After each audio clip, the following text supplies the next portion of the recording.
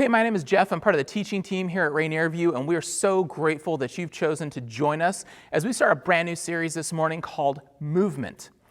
Now, increasingly in our world, the culture around us increasingly believes that religion seems to be viewed with more indifference, with more apathy, even with hostility, in particular towards organized religion. Okay? Maybe that describes you right now. Maybe that's a place that you personally are in. Maybe some of us, we know somebody that would describe. We have somebody in our life that we would love to connect with more and understand better, and that's where they're at.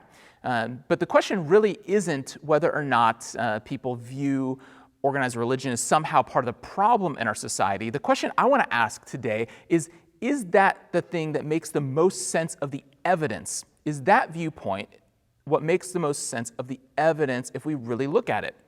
And so sociologist Rodney Stark spent decades studying the effects of religion upon society, former UW professor, go Huskies, and really I want to take a moment and look about what the findings of his research point to, not what your uncle's Facebook post tells you about the world. And so here's a few things that Stark's data and research tells us about religious people. He found that people of faith are the primary source of secular charitable funds that benefit victims of misfortune, whatever they believe. Religious people dominate the ranks of blood donors and other similar pro-social behaviors. They are much less likely to commit crimes. They're far more likely to donate their money and their time to socially beneficial programs and to be active in civil affairs. And the impact of religious people on volunteering alone stands at something like $47 billion of realized volunteer time in the U.S. alone. Religious people, they enjoy better health. On average, they have a life expectancy of more than 7 years longer than that of non-religious people on average. That fact alone ought to cause all of us to lean in a bit more. Religious people tend to read more than their non-religious friends and neighbors. They are less likely to believe in phenomenon like UFOs and Bigfoot and Loch Ness and the like. Now, if you're up here in the Pacific Northwest and you are carrying the torch to find Bigfoot, hey, we love and respect you and are glad that you're joining us. But religious people are less likely to divorce, and they're more likely to report higher degrees of satisfaction with their spouse. Religious husbands are far less likely to abuse their wives or their children. Spousal abuse, therefore, is far more likely to happen in a home where religion is not a factor, contrary to a very popularly held belief that religion is the primary driver in the subjugation and abuse of women. That's simply not what the research tells us, that religion is responsible for that.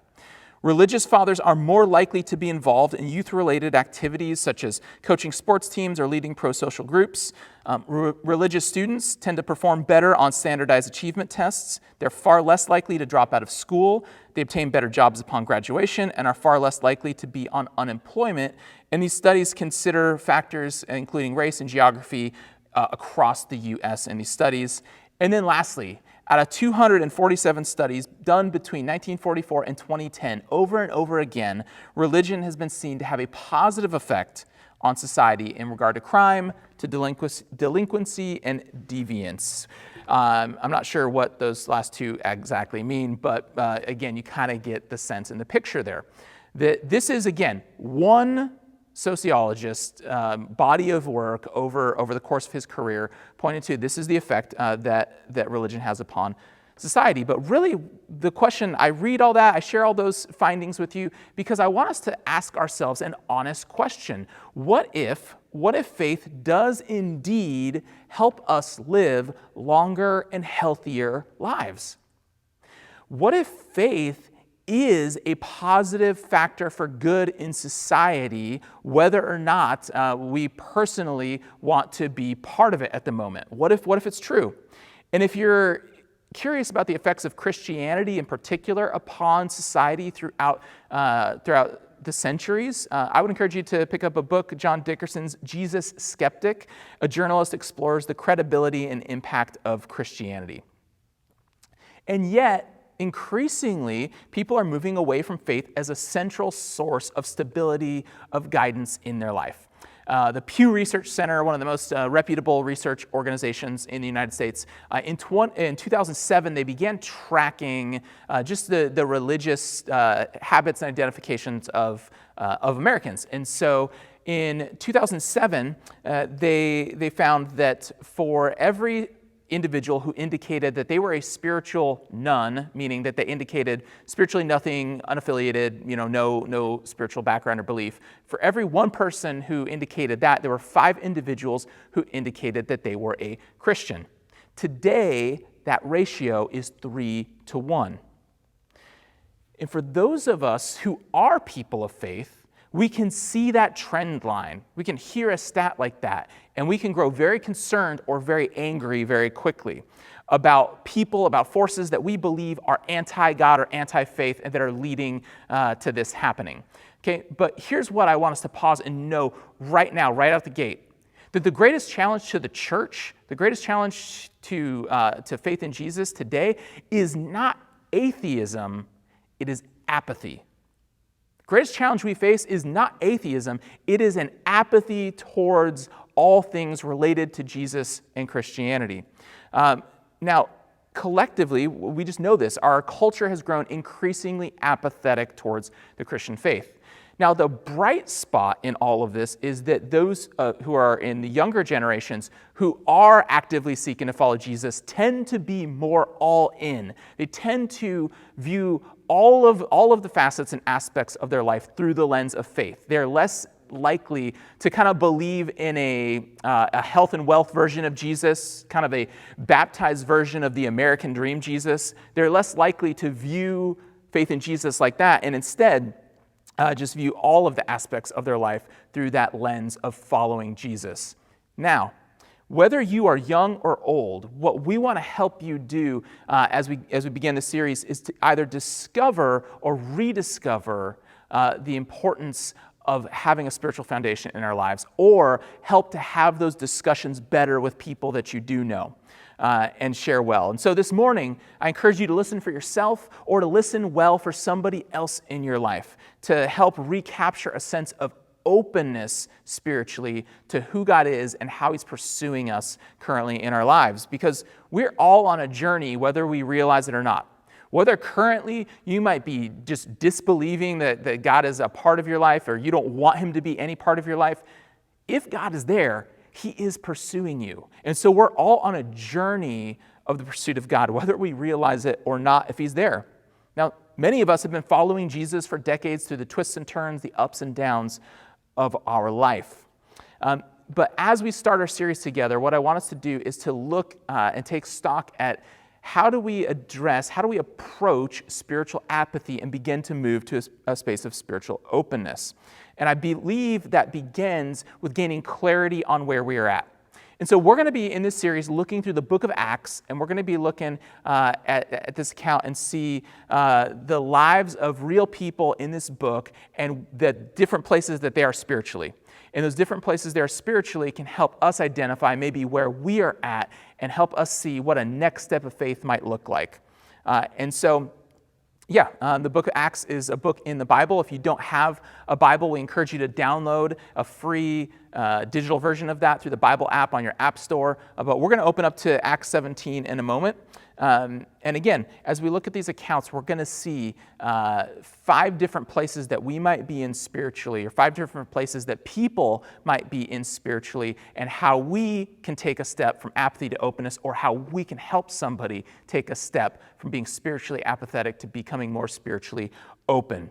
And so join me as we begin in Acts 17. We're going to pick up in verse 16, and we're going to look at an encounter where faith in Jesus meets the marketplace of ideas about who we are as people and how the world works and how to make sense of life. And we're going to see Paul enter the discussion here. So join with me, look at verse 16 of Acts 17. It says, "While Paul was waiting for them in Athens, he was greatly distressed to see that the city was full of idols.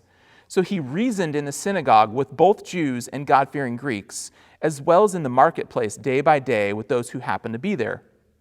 a group of Epicurean and Stoic philosophers began to debate with him. Some of them asked, "What is this babbler trying to say?" Others remarked, "He seems to be advocating foreign gods." They said this because Paul was preaching the good news about Jesus and the resurrection. Then they took him and brought him to a meeting of the Areopagus, where they said to him, "May we know what this new teaching is that you're presenting? You are bringing some strange ideas to our ears, and we would like to know what they mean." All the Athenians and the foreigners who lived there spent their time doing nothing but talking about and listening to the latest ideas.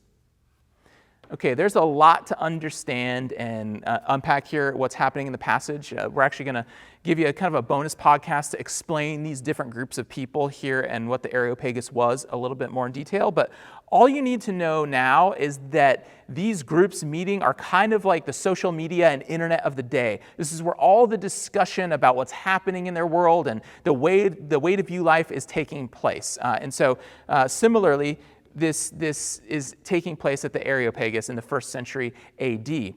But what was happening that for the Athenians that would gather is that they would bounce from idea to idea and movement to movement and ways to think, but there was truly no foundational anchor to that. And so that's why it described them as they just spent their time talking about whatever the latest thing was to talk about, the latest fad of the day. If the Athenians had a tattoo shop on the site of the Areopagus, one of the top tattoos I think people would get would say, obviously in Greek, it's about the journey, not the destination. Of course, after the Caesar laurel crown armband tattoo, that would be number one. But the second one would be this sentiment, it's about the journey, not the destination. Now, a statement like that we probably have all have seen online or on some motivational poster or statement somewhere, the thing is that is a half-true statement. There's a lot of wisdom in that. We should never feel like we've arrived, we can stop growing. No, we should always be seeking to grow as individuals and discover more about who we are and grow into, through the lens of faith, the person that God is calling us to be. But there's a difference between that and having no center, having no foundation, having nothing to anchor you as you live your life. And so let's continue to look in the passage and see how Paul speaks to both people who are spiritually apathetic as well as people who are spiritually open. So let's continue. It says, Paul then stood up in the meeting of the Areopagus and said, "People of Athens, I see that in every way you are very religious. For as I walked around and I looked carefully at your objects of worship, I even found an altar with this inscription, 'To an unknown God.' So you are ignorant of the very thing you worship, and this is what I am going to proclaim to you. The God who made the world and everything in it is the Lord of heaven and earth, and does not live in temples built by human hands. And he is not served by human hands as if he needed anything. Rather, he himself gives everyone life and breath and everything else. From one man he made all the nations, that they should inhabit the whole earth. And he marked out their appointed times in history and the boundaries of their lands. God did this so that they would seek him and perhaps reach out for him and find him, though he is not far from any one of us. For in him we live and we move and we have our being. As some of your own poets have said, we are his offspring." Now, what I want to kind of highlight out of this passage is that Paul builds some common ground with the people of Athens as he's sharing with them, as he's interacting with them. And for those of us who've been Christians a long time, we can't rush past this point because the culture around us currently, increasingly, year over year, decade over decade, views Christians through this lens that Christians are hypocritical, they're judgmental, they're mean, and even hateful. That is increasingly how we are viewed.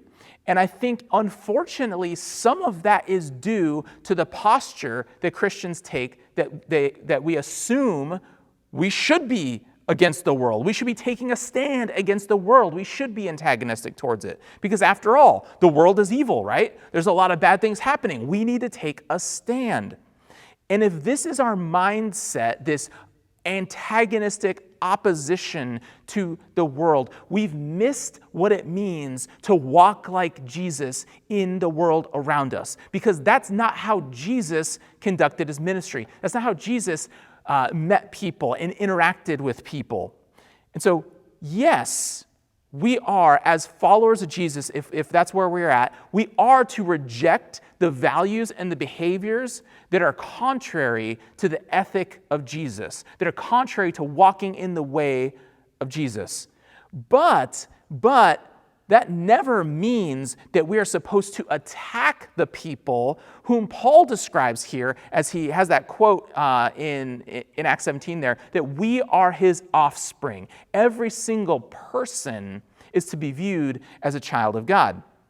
In which, by the way, Paul quotes two pagan poet and philosophers here, Epimenides and Aratus. And this is a great reminder to all of us who are followers of Jesus for the need to find common ground, to build discussion, to build relationship around. Because far too often we don't do this because we equate tolerance with the complete and total acceptance of what somebody else believes, that our beliefs have to 100% overlap and agree with everybody else's beliefs. And this is actually nonsense. We know that this is not the way the world can work.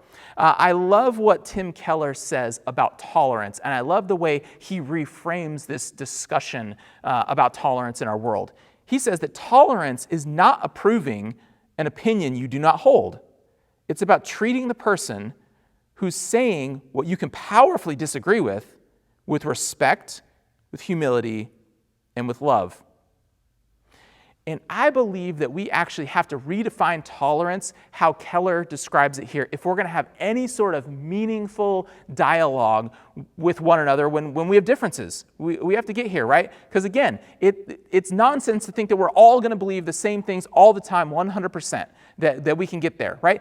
We live in a world where we can't even agree if pineapple should be a topping on pizza, okay? Like, that's just one silly example. Now, I will tell you that ranch has no place on pizza. And this guy, Jay Jerrier, is one of my new heroes. Jay Jerrier owns a pizzeria in the Dallas-Fort Worth area, and he will allow you to put ranch on your pizza at his Neapolitan-style pizzeria. It will just cost you $1,000, okay? Because he knows what I know is that ranch has no place on pizza. But if you want it, you can have it. This is just the price of having it and ruining your pizza. So anyways, with that in mind about tolerance and how, again, if we think it's about 100% agreement, we're never going to have meaningful relationship and discussion. But with that kind of version in mind of tolerance, of disagreeing, but disagreeing with humility, respect, and love, let's continue in the passage to see how does Paul encourage people to begin to move from a place of spiritual apathy to a place of spiritual openness there in Athens. Acts 17 goes on, verse 29, "Therefore, since we are God's offspring, we should not think that the divine being is like gold or silver or stone, an image made by human design and skill. In the past, God overlooked such ignorance, but now he commands all people everywhere to repent. For he has set a day when he will judge the world with justice by the man he has appointed. And he has given proof of this to everyone by raising him from the dead." When they heard about the resurrection of the dead, some of them sneered, but others said, "We want to hear you again on the subject." At that, Paul left the council. Some of the people became followers of Paul and believed. Among them was Dionysius, a member of the Areopagus, and also a woman named Damaris, and a number of others. And so we see here in this passage that when it comes to spiritual openness, I think some in Athens were just playing the game. They just liked to talk and debate, but they weren't really open, because when Paul brings up this concept, this idea of resurrection, how does the passage describe them? It says some of them sneered at the idea. They weren't really open. They didn't want to hear that, but some were. Some were, and it says not that in that moment they became followers of Jesus, it says that they became followers of Paul, first and foremost. Not that Paul was God, but that they wanted to hear more about this concept, more about this idea of resurrection from him. And so whereas some in the crowd were apathetic, others were open. Here's the thing. I believe that as Paul described us as God's offspring, if we are his children, that means that we are incurably curious at our core. Because what's one of the core characteristics of a child? It's curiosity. And so God desires, as his children, for us to be curious about our relationship with him and pursuing him and our spiritual lives. But here's the thing. The hurts from our past and the pain from our past, the anxieties and the pressures of our present and our fears about the future often crowd out the space for you and I to truly be curious. Think about this, right? When we are having a hard time, we have no time to dedicate to exploring new ideas or taking time to be curious in our world. No, it's crowded out. It's choked out. And so curiosity is key in becoming spiritually open. And it's in part why I believe that the resurrection is still such an unshakable idea in our culture. I mean, think about it. How many books, how many movies that this theme, this idea of resurrection still is part of our even popular culture, right? It's like we can't get rid of it. It's kind of similar to when Paul points to that altar of an unknown God, and he's like, you guys don't know what this is, but you're worshiping it, okay? To me, I think it's the same thing with the concept, the idea of resurrection. It hangs around. It kind of haunts our culture, if you will. But our culture, in a broad sense, doesn't necessarily know what to do with it. And so what keeps us as people from exploring the concept of resurrection more fully in our lives? To put it another way, what keeps us being spiritually apathetic or disinterested as people? So in part, I think why, is that I think we tell ourselves, well, life's going well, and so I don't need to worry about that stuff, right? My life is going pretty well, it's pretty comfortable, things are going good for me here, and so I have the luxury to not worry and to not be interested in that. And I think we can become quite good at ignoring the questions that are attached to our spiritual lives, to these big picture questions about how life works and where we're from and where we're going. And so we can become really good at ignoring those questions. But here's the thing. All the success, all the comfort, all the knowledge in the world is ultimately not going to allow you to bear the weight of being human. At some point, all of that is going to let you down. And so don't wait until pain forces you to reckon with your spiritual life. And speaking of pain, I think that ends up being the other reason why we become spiritually apathetic and disinterested. Because maybe we've been hurt in our life. Maybe we carry on pain because God didn't show up the way we expected him to or the way that we wanted him to. And maybe we put the source of that pain on people of faith. We say, oh, it's Christians' fault. It's religious people's fault. And ultimately, I think we need to kick that pain, that anger up the ladder back to God, okay? We need to take that directly to him. And I think this is a key part in moving from spiritual apathy to spiritual openness, is to go directly to God with what our pain and frustration is. Because I do think that there's a lot of unfair blame that is cast towards people of faith as the reason why maybe you or somebody else struggles with faith and the concept of faith. It's not to say that people of faith don't do messed up or hurtful things. That's not the case. But it is to say this, okay? At least for those who are followers of Jesus, I'm not talking about people who just slap the label Christian on their life. I'm talking about people who are actively trying to follow Jesus. I know for us, what that means is we're trying to take Jesus' commands seriously. We're trying first and foremost to love God with all our heart, soul, mind, and strength, and to love our neighbor as ourselves. And that we're seeking to just simply take the hope and the purpose and the meaning we find in that and share that with others about what we've discovered. That's what we're trying to do simply. And I think it's simply easier for us, if we're in a place of spiritual apathy, to just blame another person rather than to truly consider who God is and might be in our lives. And so here's the thing. back to what I opened with, sometimes if you're in that camp of like, well, I'm pretty comfortable, pretty successful, nothing's really going super wrong in my life, I don't need to worry about this right now. Here's the thing. That means then that comfort and success is what you are relying on, it's what you're pursuing. In essence, it is God in your life. And here's what I know about the God of comfort and success. It will fail you at some point. The God of comfort and success will fail you. And so we must deal with the pain that we're holding on to, or we must deal with the fact that we are putting our trust in a God that ultimately will fail us if it's success and comfort. And so here's the good news. Here's the good news that comes out of what Paul brings to the Areopagus in Athens in the first century, and what is still we hold to be true as followers of Jesus today. That the resurrection means this. There's meaning for my life, and there's a God who knows my pain. And so if we're in that category of, if we're honest, I'm just kind of spiritually apathetic. I just don't really care about much of this stuff right now, Jeff. If that's where we're at, or we know someone who's in that space in their life, what if we began to attend to these questions of meaning, of pain, with a little bit more intentionality? What if we learn to bring those questions up in healthy community, in healthy discussion with others? What might shift for us if we discover that there's a life of hope and meaning and purpose that can be found by embracing faith in our life? And as we move from a posture of spiritual apathy to spiritual openness. What if the resurrection means that there's a deeper meaning for my life? What if it means that there's a God who truly understands my pain? That's what we believe the resurrection speaks to and is about here. And we hope that that intrigues and interests you. Or if you're a follower of Jesus, you know somebody who you would love to have this conversation with.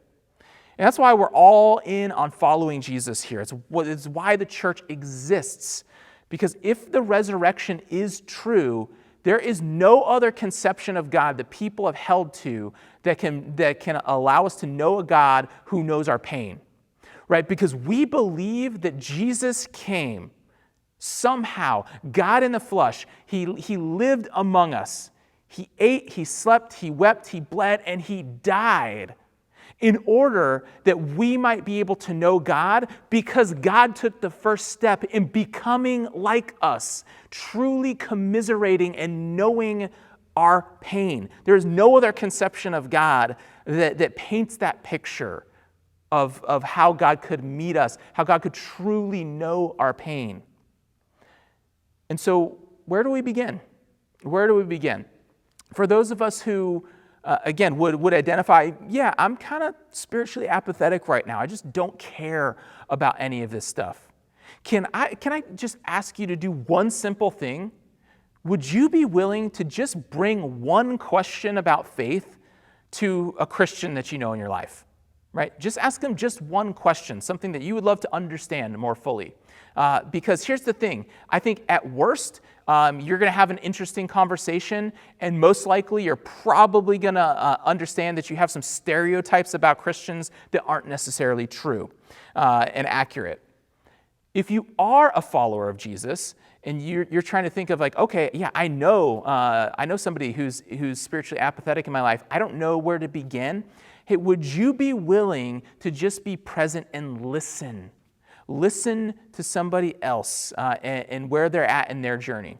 I would encourage you to go back and find our message series from October 2021 on Bless, because we've talked about, right, we want to be a church where we are blessing the lives of others, and we have this simple Bless acronym. This week, I would just encourage you to find somebody to practice that L with. Listen. Listen with empathy to truly hear what is going on under the surface, what's going on underneath the veneer. That we all are holding on to so much. And I believe if we're willing to be empathetic, if we're willing to truly listen, man, we are going to have opportunities to talk so much about the difference in the meaning and hope and life that we have discovered and found in Jesus. And so wherever you're joining us from, wherever you are on this journey of faith, whether you're just completely apathetic right now, whether you're just dialed into following Jesus, I encourage you to take one of these 2 steps this week. And we're looking forward to seeing what God does in your life as you take that step of pursuing him. So thank you so much for joining us, and we're looking forward for you to join us back here next week as we continue in our series, Movement. Thanks for joining us here at RVCC Online here today. Again, my name is Crystal, and I would just love for you to personally reach out. You can do so at crystalc@rainierview.org and just be a part of our church family. We love doing life with you here at Rainier View. And as just a quick reminder, again, you can head out to rainierview.org/online, and there you can find all of our amazing and incredible tools. You can get our past messages, you can follow us on socials, and you can listen to our podcast there as well. That is a great tool to have throughout the week. So don't just click off here, head out to our website. Thanks again for being here, and we'll see you next week.